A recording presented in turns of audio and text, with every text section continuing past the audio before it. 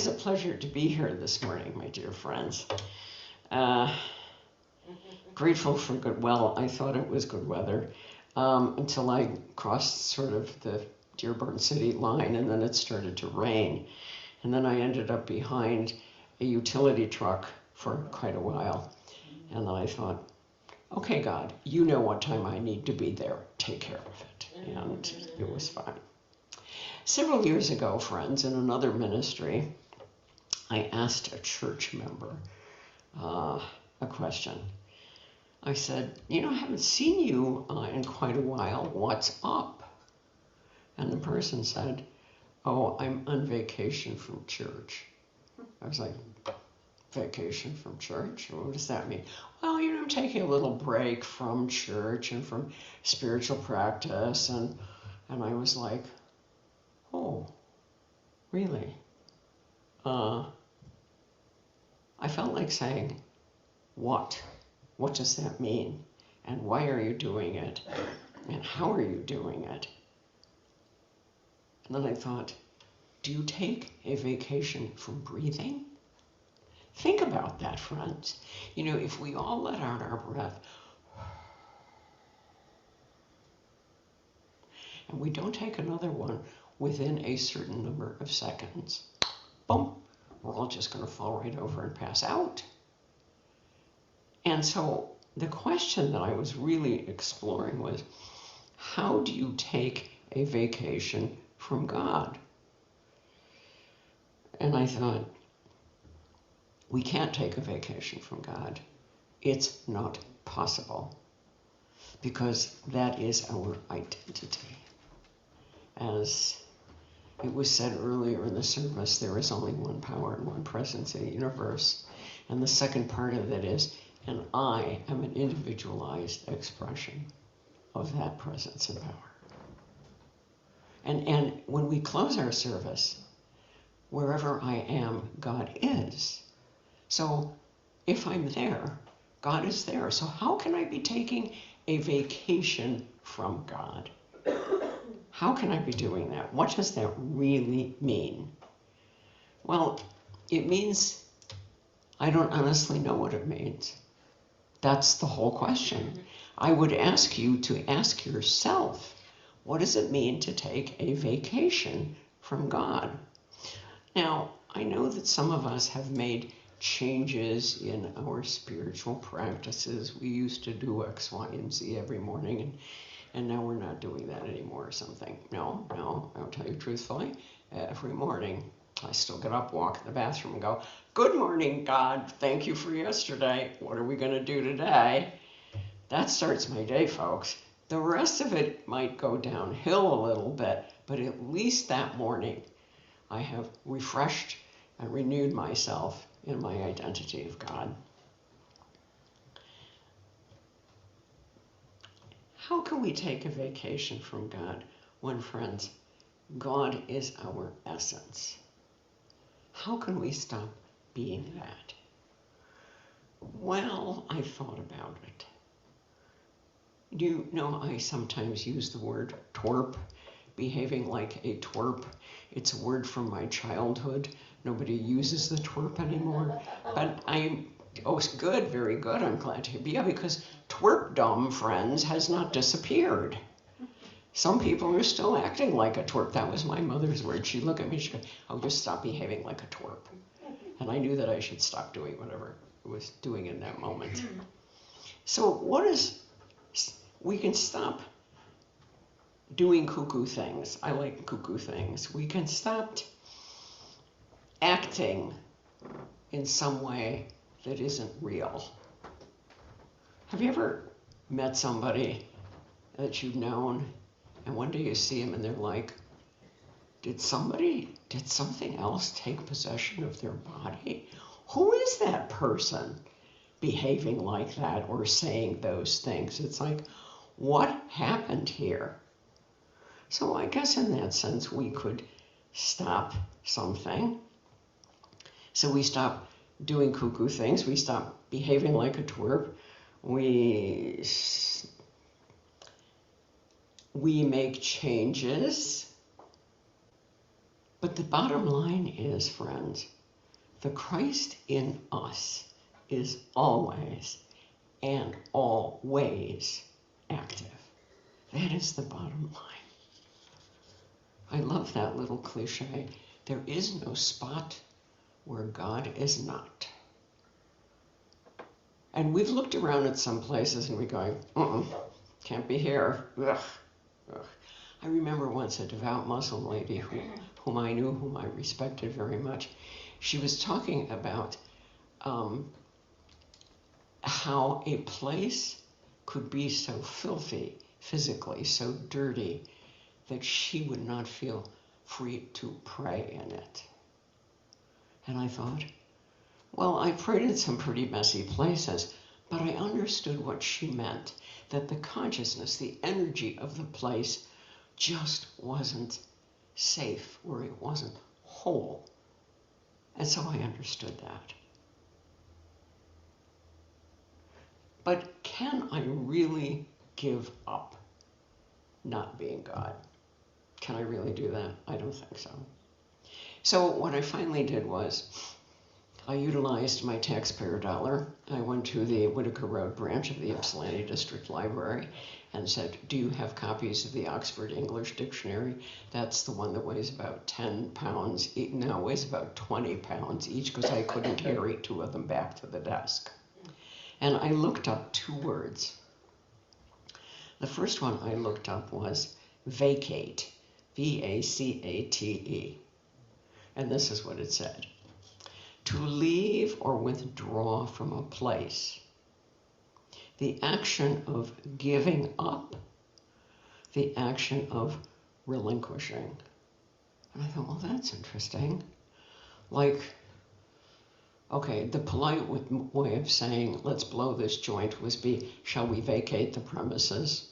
You know, you'd only say, let's blow this joint to your best friends. In a more polite society, you would say, shall we vacate these premises because it's gotten kind of funky or something.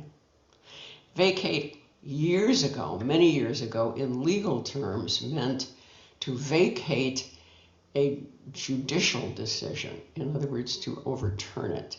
It's not used like that anymore, except in law. So vacate really means to leave something, to withdraw from a place, to the action of relinquishing something. And I thought, you know what we could vacate from? We could take a vacation from error thought. And you're sitting there going, I don't have any error thought. Shall we ask that question again? Is there anybody in here who doesn't have any error thought? I didn't think so. I don't see any hands going up, certainly not mine. What's error thought? Oh, I'm so tired, I can't do that. Oh, I'm getting so old, I shouldn't be doing that anymore. Oh, I'm fill in the blank with some silly idea that we are not capable of, or even worse, worthy of some action or something that we're going to do. In other words, we have forgotten our identity. We've forgotten our identity. Because remember what Jesus said, he who has seen me has seen the Father, which means if the Father, meaning the God energy was within him, it's within us as well. So we've forgotten for a moment.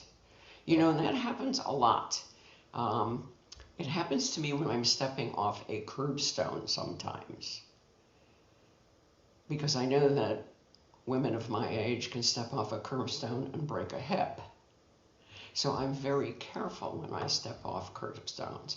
And trust me, I have touched more than one strange car. You know, like, it's just like, excuse me, I'm just going to put my fingers on the top of your hood while I step off of this curbstone. I'm not stealing your car. And so far, none of them has had a warning that went off because somebody put their fingers on their car. So we look at these erroneous thoughts, these ideas of, well, in certain circles it's been known as stinking thinking. Some of you will understand that statement immediately. Stinking thinking is erroneous thought. anything which says other than I am one with God. Can we give it up? Can we give it up? Yes, because unity has a process for that. We don't hear it as much anymore, but I can tell you in 1978, when I found unity in Fairfax, Virginia, the term denials and affirmations rolled off the tongue very easily. Denials. What is a denial?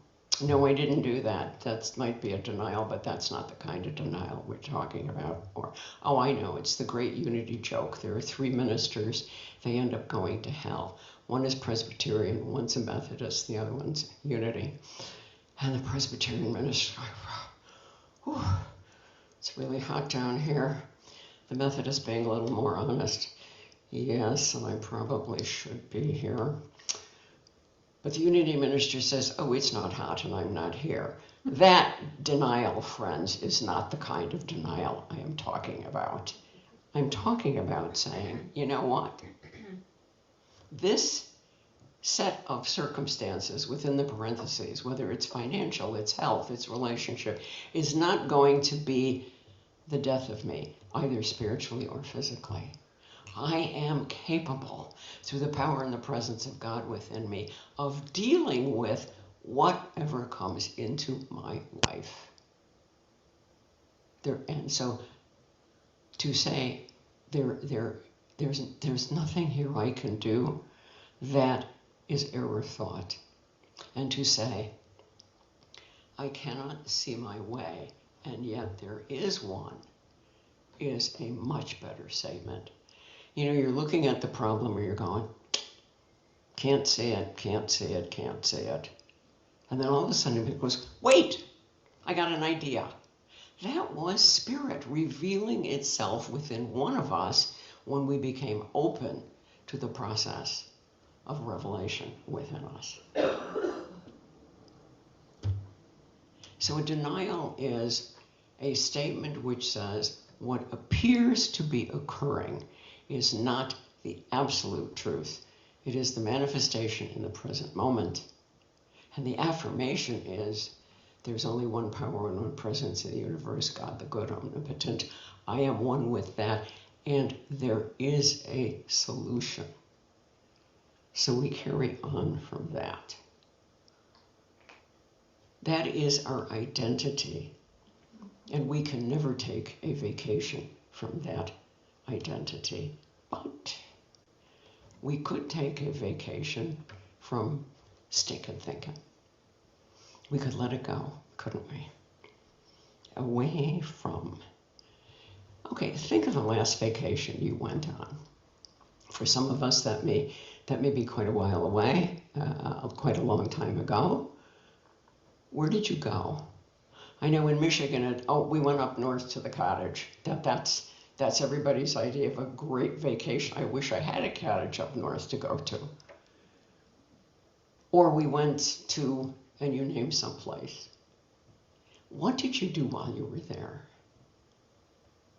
You didn't do many of the ordinary, everyday things that you would have done if you'd stayed home.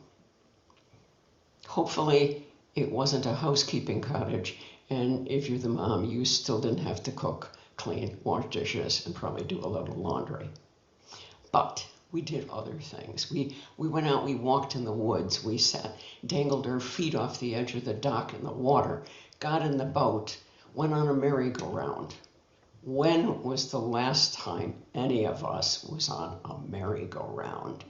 I would hazard a guess that among all of us, we don't have enough fingers and toes to count the last time we were on a merry-go-round. In other words, could we vacate the body of thought that says we are limited? Could we vacate the body of thought that says we are limited and instead come up with a different idea? The idea of a spiritual vacation is not a vacation from God. It could be a period of time in which we refrain from our torp behavior and behave more like the individualized expression of God that we are. So I got my nickel's worth out of my tax dollar and I opened another volume of the Oxford English Dictionary and looked up the word refine. That was very interesting. First they started with all of the scientific terms like, how to get the best part out of metal and all that kind of stuff. And I thought, okay, could we get to something a little more useful? I don't have a smelter in my basement, so that isn't going to help me. And then it said refine, to free from impurities or cleanse. And I thought, okay, that doesn't mean getting in the shower after you've been working in the garden. That means changing your thinking. Changing your thinking. And then it said to clear the spirit, the mind, etc. from dullness. Yeah, we've all had dull days, haven't we? We've had dull weeks, we've had dull months. My gosh, folks, during COVID, we had several dull years. That's for sure. And then it goes on and it gets really interesting. It says, to free from moral imperfection. Okay, that one's a little bit tricky because I know the people in this room and I know the people on that screen. None of us is morally imperfect. Even if we let slip a little four-letter word occasionally, folks, or we look at some driver and go, oh my gosh, look at that. That's not being morally imperfect. Being morally imperfect is breaking the Ten Commandments significantly. So let's get rid of that one. But here's the fourth meaning that I really liked. To polish or improve, to make more elegant. Have you ever thought that you could have an elegant spiritual life? Have you ever thought of that? Have you ever considered how you might be able to do that? Well, actually, friends, it's not that hard. If we focus on that identity, I am a beloved child of God. I remember the first time I heard that. It was 1978. It was a church service at Unity Fairfax, suburb of Virginia, in Virginia of Washington, D.C., and my neighbor had taken me. And the way I heard the sentence was, you are a beloved child of God and you don't have to live like that. And that had parentheses. That word that had parentheses around it, which meant I could fill in the blank with what my picture of my life looked like at that moment. And it wasn't the best. And I thought, wow, that's amazing. How can I do that? Because I thought I was stuck. And a lot of us feel that we're stuck. Maybe stuckness isn't so bad, but it isn't that good either. So we need to focus on that identity, which is our essence. I am an individualized expression of God. And the best part about Unity is it gives us things to use. I remember the first time I was exposed to the 12 powers. I thought, 12 powers? 12? How did they figure out there were 12? Why is it 12? Why isn't it 14? Why wasn't it 8? Oh, 12 is so many to remember. Oh, and then it's got the colors, and it's got the apostles, and it's, oh my gosh. And then I began to understand, that's the trappings, friends. The 12 powers is the body of energy, which we are, the same energy, which is the Christ. So I thought about it. And I thought, if we were going to refine our spiritual life by taking a vacation from our ordinary everyday life, what would we need to do? What would we need to do? And what came to my mind was, of course, we're going to use our powers. I thought, okay, so I sat there quietly, pen in hand, waiting. Sure enough, the first one came, and it said faith. And that describes for me what? What would my life, if it were, my spiritual life look like if it were refined? Well, the first thing would be, I would guilt myself by saying, well, I'd pray more, I'd meditate more, I'd be reading a chapter in the Bible every day, blah, blah, blah, blah, blah. And then I thought, really? Really? That's doing. What about being? How would I be if I were spiritually refining my life? Oh, then the list got really, really long. I would be more patient. I would be more tenderhearted. I would be kinder, softer. I would be less screaming at the TV while I'm watching the news. I would be less standing there and going, what do you mean these strawberries are $6.99? They're fruit, for goodness sakes. Okay, so they're organic strawberries, but gosh golly, folks. All these little things that mess with our mind all day long. I'm sure each of us has someone in our life who never puts anything back in the same spot twice. Anybody resonate with that? Or maybe you're that person who never puts anything back in the same spot twice and then is running around the house going, phone, I can't find the phone.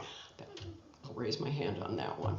I need one of I need one of those things that would be around my neck. Yeah, but who wants your phone resting against your heart? Okay, I'm still working on how do I maintain my phone where I know it is without running around the house going, phone, I can't find the phone. I'll save you. I'll keep you free from the adjectives that I use to describe the phone. You don't really want to know about those, but you probably know some of them anyway.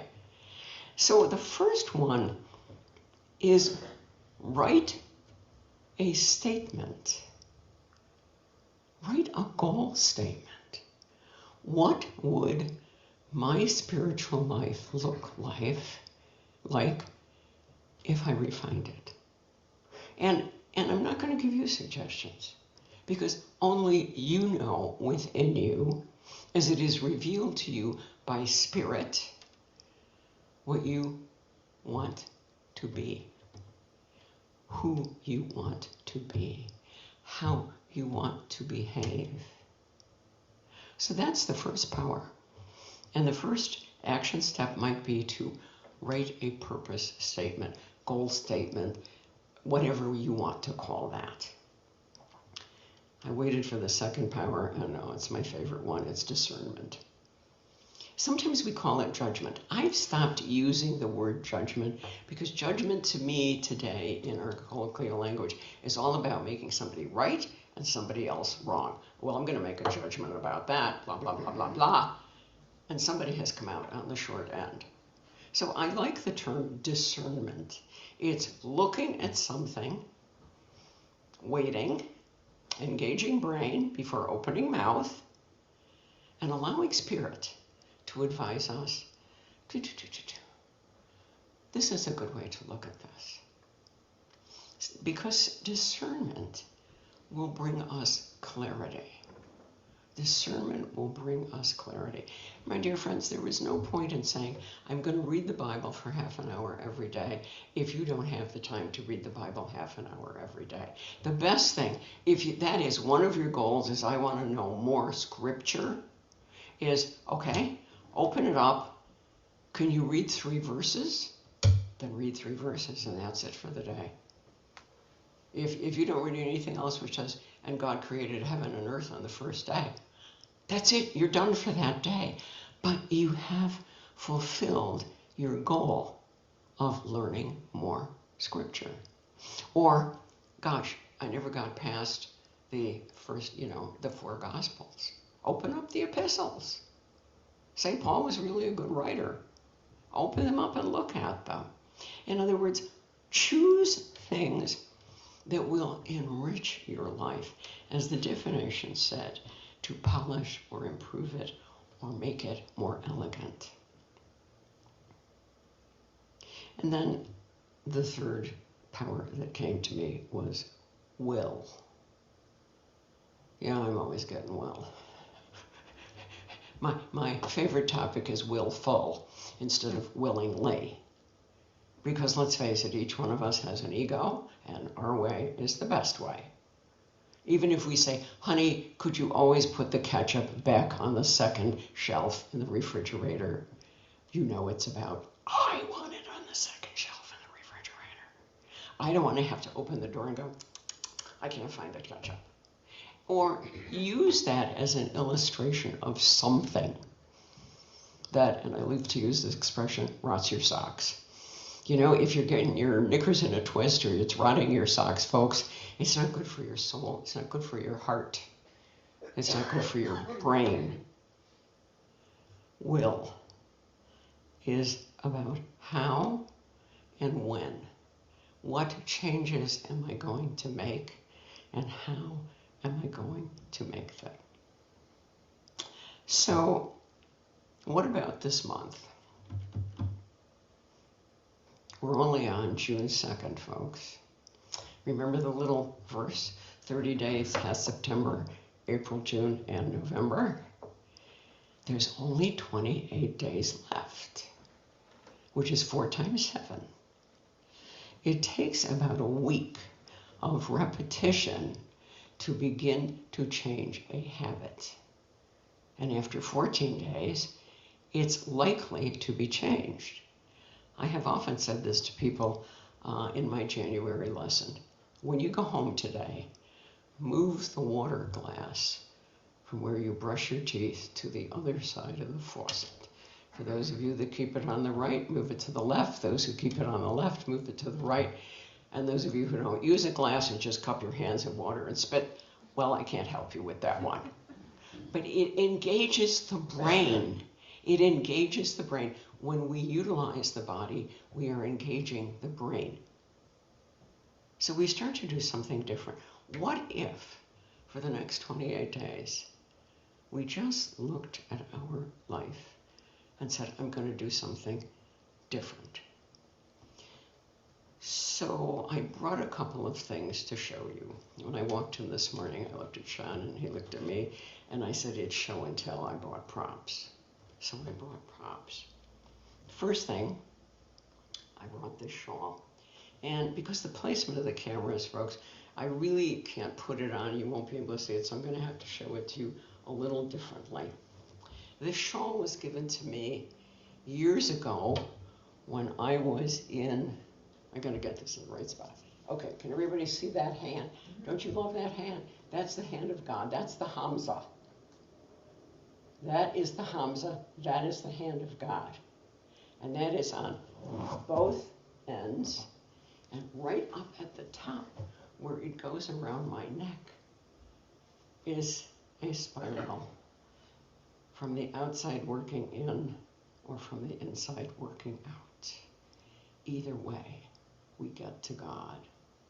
Now, those of you really can't see this except here, but I'm going to do it anyway. When we do something physical, like put this shawl on, and I sit down, it sends my brain a message. Think differently. Think differently. Because anytime we do something with the body, we are sending a message to the brain. It's very interesting. Think of the most delicious food. Okay, I bought that box of, that expensive box of organic strawberries. Oh my gosh, they were so delicious this morning. So when I put the first bite in, it was like, oh, my eyes glazed over. Isn't this delicious?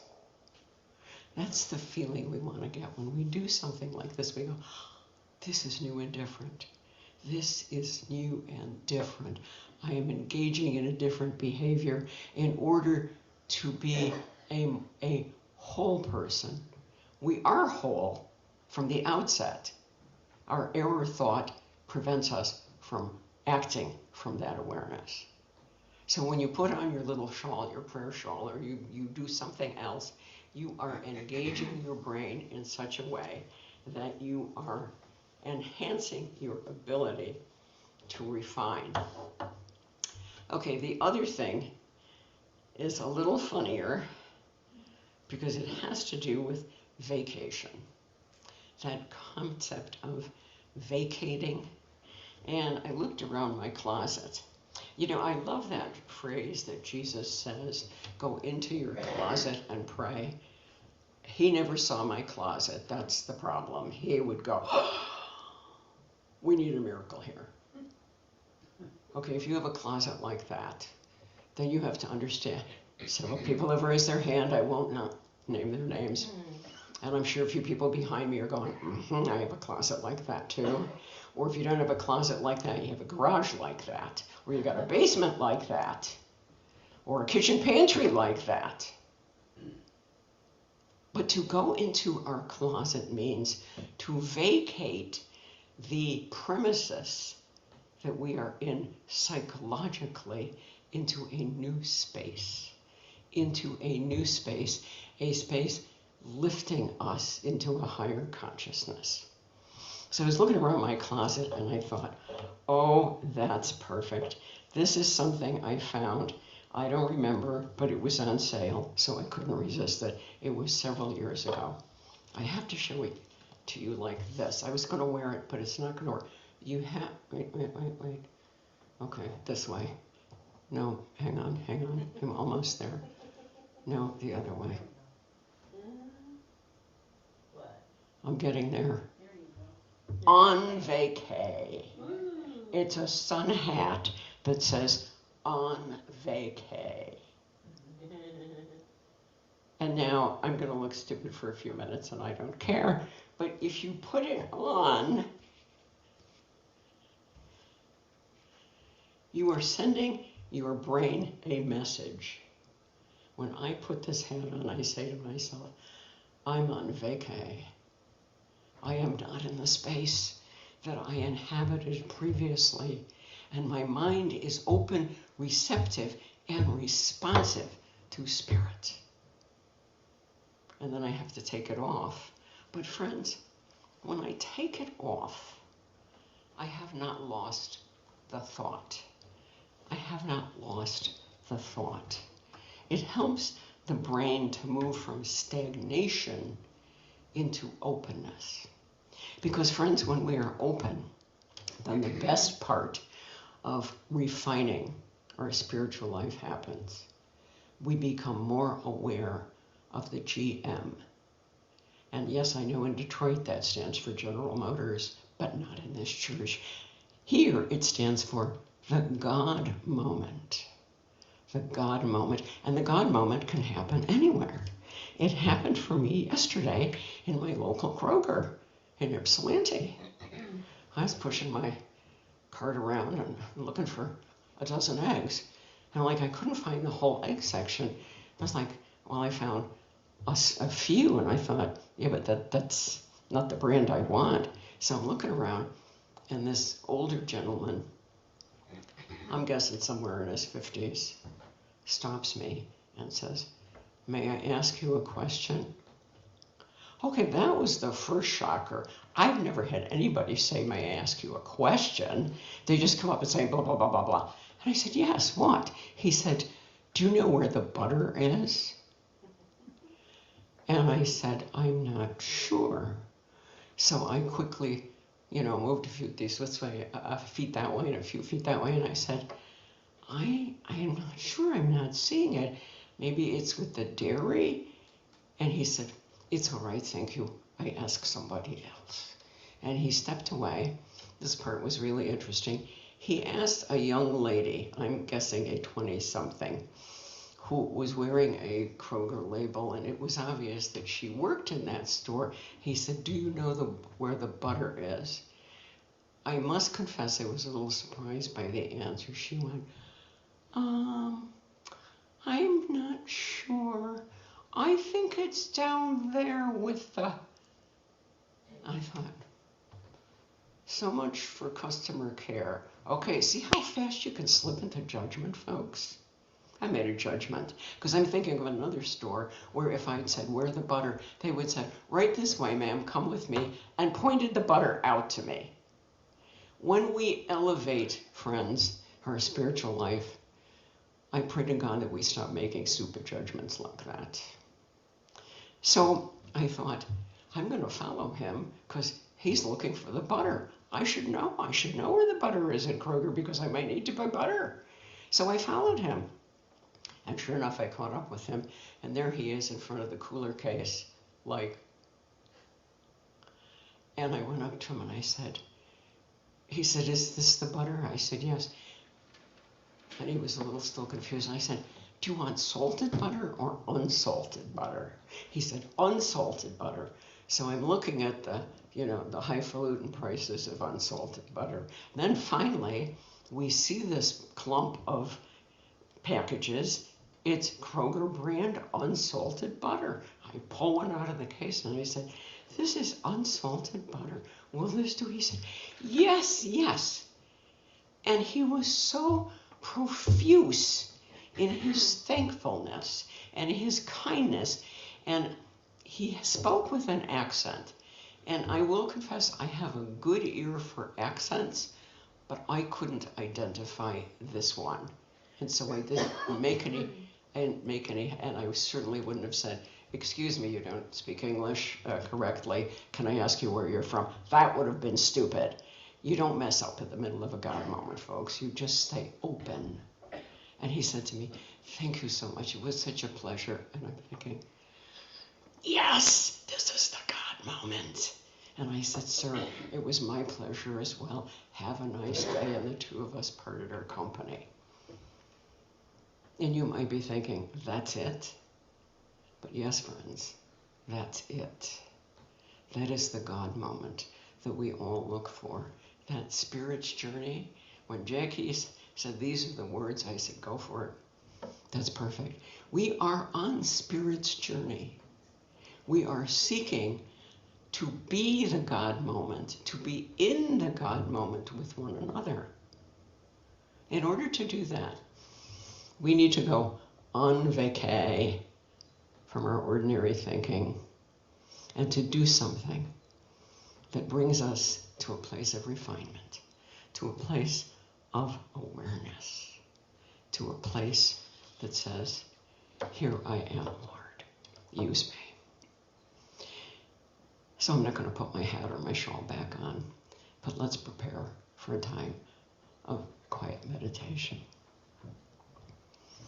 I invite you to close your eyes if you wish to, or not. To breathe in and to breathe out. Remembering that you cannot take a vacation from breathing any more than you can take a vacation from God. And to allow yourself to begin to think, what would I like to do while I'm on vacation from error thought? How do I wish to refine, to make my life more elegant, to make me an even more fun expression of God's love, God's joy? And allow Spirit to reveal within you a picture, a word, a thought. And then using those three powers, faith, I can be that, I can do that, I can become that through the power and the presence of the Christ within me. I can make wise judgments. I can know what to do in every circumstance because infinite wisdom infills me. And I will use my energy to be the individualized expression of God. And I will bring God's presence to the world in my own quiet way or my own loud and boisterous way, in whatever way Spirit moves you to do it. So we say, thank you, God. for offering us this opportunity to know you, to love you, to serve you by knowing one another, by loving one another, by serving one another.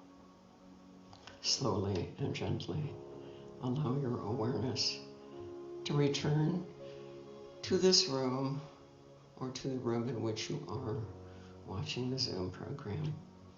And we will all join in the Lord's Prayer.